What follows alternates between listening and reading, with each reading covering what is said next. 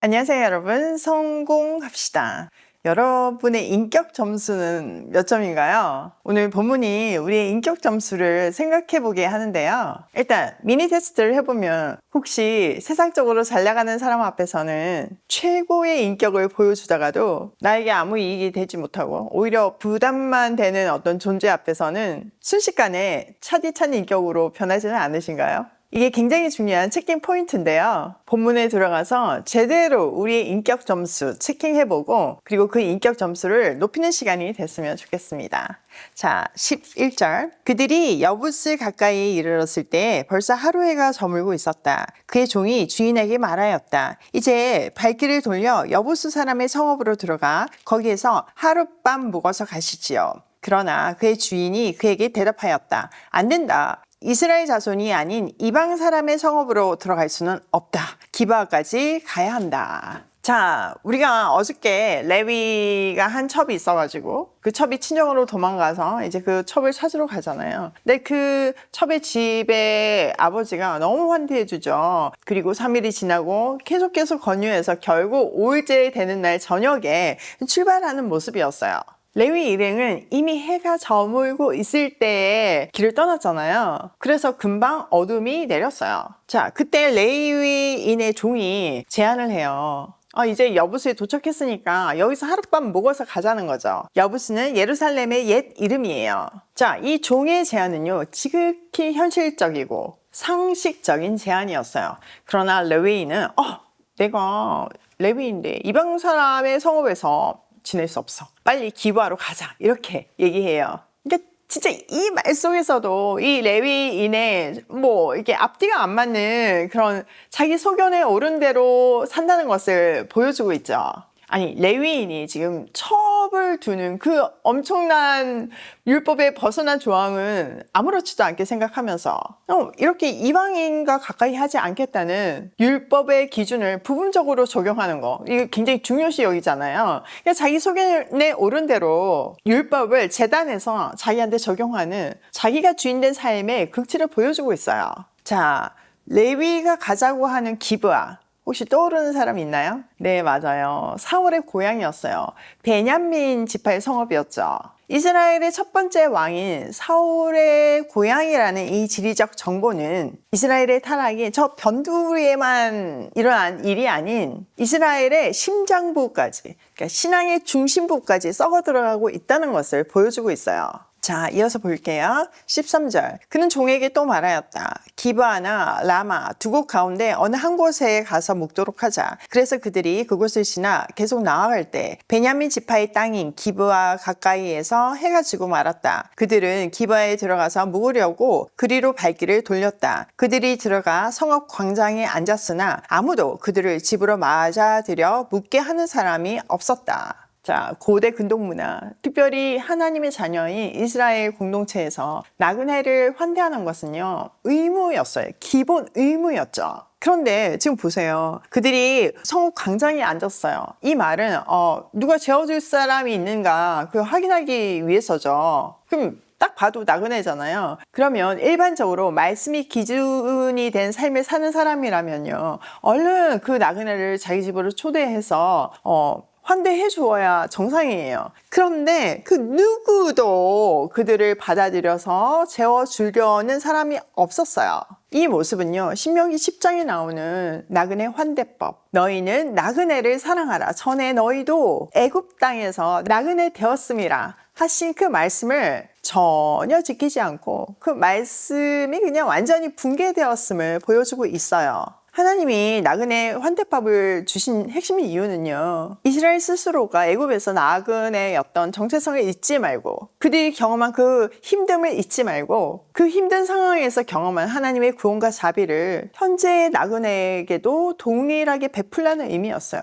그러니까 어려운 사람을 보거든 도움이 없이는 살 수 없는 고아와 가부와 나그네를 보거든 하나님이 너희가 아무것도 아닐 때 그 도움이 없이는 살 수 없는 그 상태에 있을 때 베풀어 주신 구원과 자비를 생각해서 그들에게 하나님의 백성답게 하나님 닮은 자녀답게 그 구원과 은혜를 베풀라는 취지예요.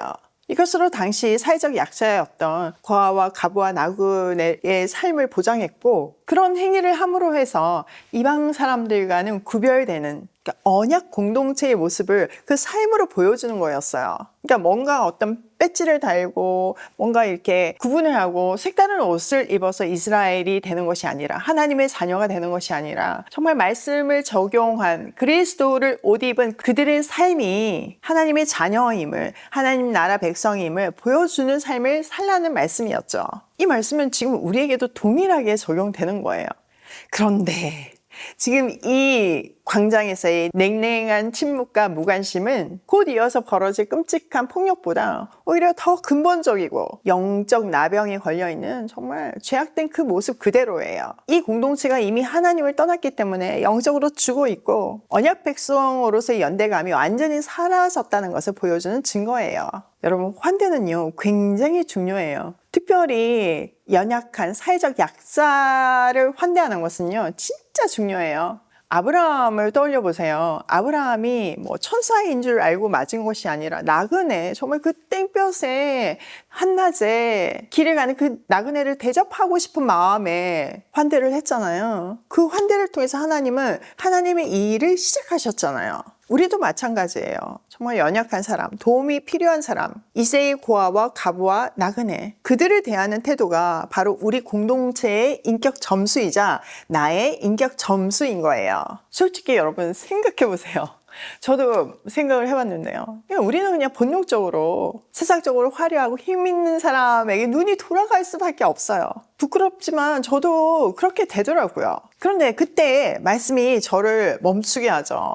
돌아가는 눈을 멈추게 하고 세상에 관심 갖지 않는, 정말 도움이 필요한 그 사람들에게 눈이 가는 거예요. 이게 기적이죠. 우리가 오이 패밀리로서 자립준비 청년들을 돕는 것, 보육원에 있는 우리 조카들을 양육하는 것, 이거 진짜 기적이죠. 우리가 하나님의 은혜와 사랑을 경험했기 때문에 할 수 있는 기적입니다. 여러분 기억하세요. 환대가 없는 공동체와 나, 그리고 가정. 이거는 붕괴의 첫 번째 신호예요. 말씀이 우리 안에 있으면, 내가 하나님의 자녀라는 정체성이 분명하면요, 도움이 필요한 사람을 그냥 지나칠 수는 없어요. 이렇게 사회적 책임이 사라진 공동체는요, 악이 번성할 수 있는 최적의 환경이 돼요. 여기도 보세요. 이런 사회적 책임이나 공동체적인 어떤 도덕의식이 다 사라졌잖아요. 그 다음 스토리가 뭐예요? 불량배들이 나타나잖아요. 그리고 끔찍한 일을 범하잖아요. 이 불량배들이 갑자기 나타난 예외적인 악인이 아니에요. 공동체 전체에 말씀이 사라졌기 때문에, 정의와 긍휼과 환대가 사라졌기 때문에 필연적으로 나타나는 결과물이에요. 지금 우리가 사는 사회도 별다르지 않잖아요. 이 이야기가 사실 우리가 뉴스에서 보는 이야기 아닌가요? 이 말씀이 우리 마음을 찌를 때 우리 회개하고 돌아서서 정말 세상을 환대하고 특별히 도움이 필요한 우리 조카들을 품는 사회적 책임을 다 감당하는 오이 패밀리가 되면 좋겠어요. 자, 그다음 볼게요. 마침 그때 해가 저물어 밭에서 일을 마치고 돌아오는 한 노인이 있었다. 그는 본래 에브라임 산간 지방 사람인데 그때 그는 기바에서 살고 있었다. 기바의 주민은 베냐민 자손이다. 자, 그때 한 노인이 나타나요. 근데 이 한 노인이 밭에서 일을 마치고 돌아오고 있어요. 근데 원래 고향이 에브라임 산간 지방인데 기바에서 살고 있었대요. 자, 이걸 딱 봐서 이 노인은 부자가 아니에요. 자기에게 주어진 땅, 그곳을 떠나서 이렇게 타지에서 밭에서 일을 할 정도면 먹고 살기가 힘들어서 여기서 일을 하는 나그네라고 추정할 수 있죠. 자, 때마침 에브라임 산지는 이 레위가 살고 있는 곳이기도 했잖아요. 그러니까 같은 동네 사람을 만났으니까 반갑기도 하고, 또 뭐 여기 도시가 얼마나 위험한지 알고 있으니까 그냥 내버려둘 수는 없으니까 자기 집으로 초대하고 있어요. 자, 17절. 그 노인이 성읍 광장에 나그네들이 있는 것을 알아보고 그들에게 어디로 가는 길인지, 어디서 왔는지를 물었다. 레위 사람이 그에게 대답하였다. 우리는 유다 땅의 베들레헴에서 길을 떠나 내가 사는 에브라임 산골로 가는 길입니다. 나는 유다 땅의 베들레헴에 갔다가 집으로 돌아가는 길인데 이곳에서는 아무도 나를 맞이하는 사람이 없습니다.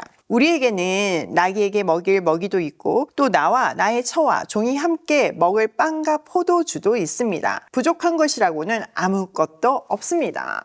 자, 딱 봐도 지금 나그네잖아요. 이 노인도 나그네였기 때문에 그 심정을 바로 알고 레위 일행에게 다가가서 어디로 왔는지 어디로 가는지 이렇게 물었어요. 레위인이 자초지종을 말하죠. 그러면서 지금 나귀에게 먹일 먹이도 또 우리 일행이 먹을 음식도 있다며 잠자리 신세에 지는 것에 대한 부담을 낮춰줘요. 자, 20절 노인이 말하였다. 잘 오셨소. 우리 집으로 갑시다. 내가 잘 돌보아 드리리다. 광장에서 밤을 새워서는 안 되지요. 노인은 그들을 자기 집으로 데리고 들어가서 나귀에게 먹이를 주었다. 그들은 발을 씻고 나서 먹고 마셨다. 자, 노인이 우리 집으로 가자고 얘기하면서 광장에서 밤을 새워서는 안 되지요 라고 말하면서 이 성읍이 얼마나 위험한지를 암시해주고 있어요. 그래서 그 일행은 다 같이 이 노인의 집으로 갔고 발을 씻고 먹고 마셨죠. 잠시나마 안식을 누립니다. 자, 이 장면만 보면 이 노인의 인격 점수가 조금 높은 것 같죠? 근데요, 그렇지 않아요. 그 이어지는 내용을 보면요, 정말 어떻게 이런 일이 계속 연발해서 나올 수밖에 없는 대화가 오가고 행동을 합니다. 이것으로서 사사시대가 얼마나 타락했는지, 얼마나 말씀이 없고 정말 그 주제처럼 자기 소견에 옳은 대로 살았는지를 고발하고 있어요. 자, 어떤 내용이 이어질지 궁금하시죠? 내일을 기다려주세요. 자, 오늘 내용을 우리 삶에 한번 적용을 해보면 첫 번째, 나의 인격 점수를 확인하자. 여러분의 인격 점수는 몇 점인가요? 여러분은 누구한테 무관심하고 계신가요? 내가 가장 잘 보이고 싶은 대상은 누구인가요? 오늘 여러분에게 보여주시는 도움이 필요한 그 누군가를 외면하지 않아서 인격 점수를 높이는 하루가 되면 좋겠어요. 두 번째, 은혜를 기억할 때 환대가 시작된다. 여러분, 우리한테 도움이 되지 않는데 누군가를 돕는 에너지가 없어요. 만약에 그렇게 한다고 해도 그것은 결국 내 의가 되지 전적으로 그 사람을 위해서는 되게 어렵죠. 그러면 죄 가운데서 태어난 우리가 어떻게 하면 환대를 할 수 있을까요? 특별히 세상에 아무런 힘도 없고 진짜 도움이 필요한 그 낮은 사람들을, 어려움에 처한 사람들을 도울 수 있을까요? 네, 맞아요. 신명기 말씀처럼 정말 우리가 종되었던 그때를, 죄 가운데서 무엇이 참인지 거짓인지도 모르고 삶의 방향을 모르고 살던 그때 우리를 구원해 주신 그 하나님의 놀라운 은혜, 우리를 환대해 주신, 이 땅에서 나그네의 삶을 살며 막 힘들어하는 우리에게 환대를 해주신 그 놀라운 하나님의 사랑과 은혜를 기억하면요, 그 힘이 생길 수 있어요. 아무 자격이 없던 영적 나그네인 나를 환대해 주신 그 하나님의 사랑을 기억하면서 우리 마음을 여는 하루가 되기로 해요. 세 번째, 나그네의 정체성으로 나그네를 섬기자. 자, 이 노인이 그들을 받아들인 게 나그네의 정체성이 있었기 때문에 더 마음을 열 수 있었겠죠. 우리도 이 땅의 영원한 주인이 아니에요. 여러분이 뭐 집이 있고 땅이 있다고 해도 그게 영원한 여러분의 거주지가 아니잖아요. 우리 모두는 천국이라는 본향을 향해 가는 나그네예요.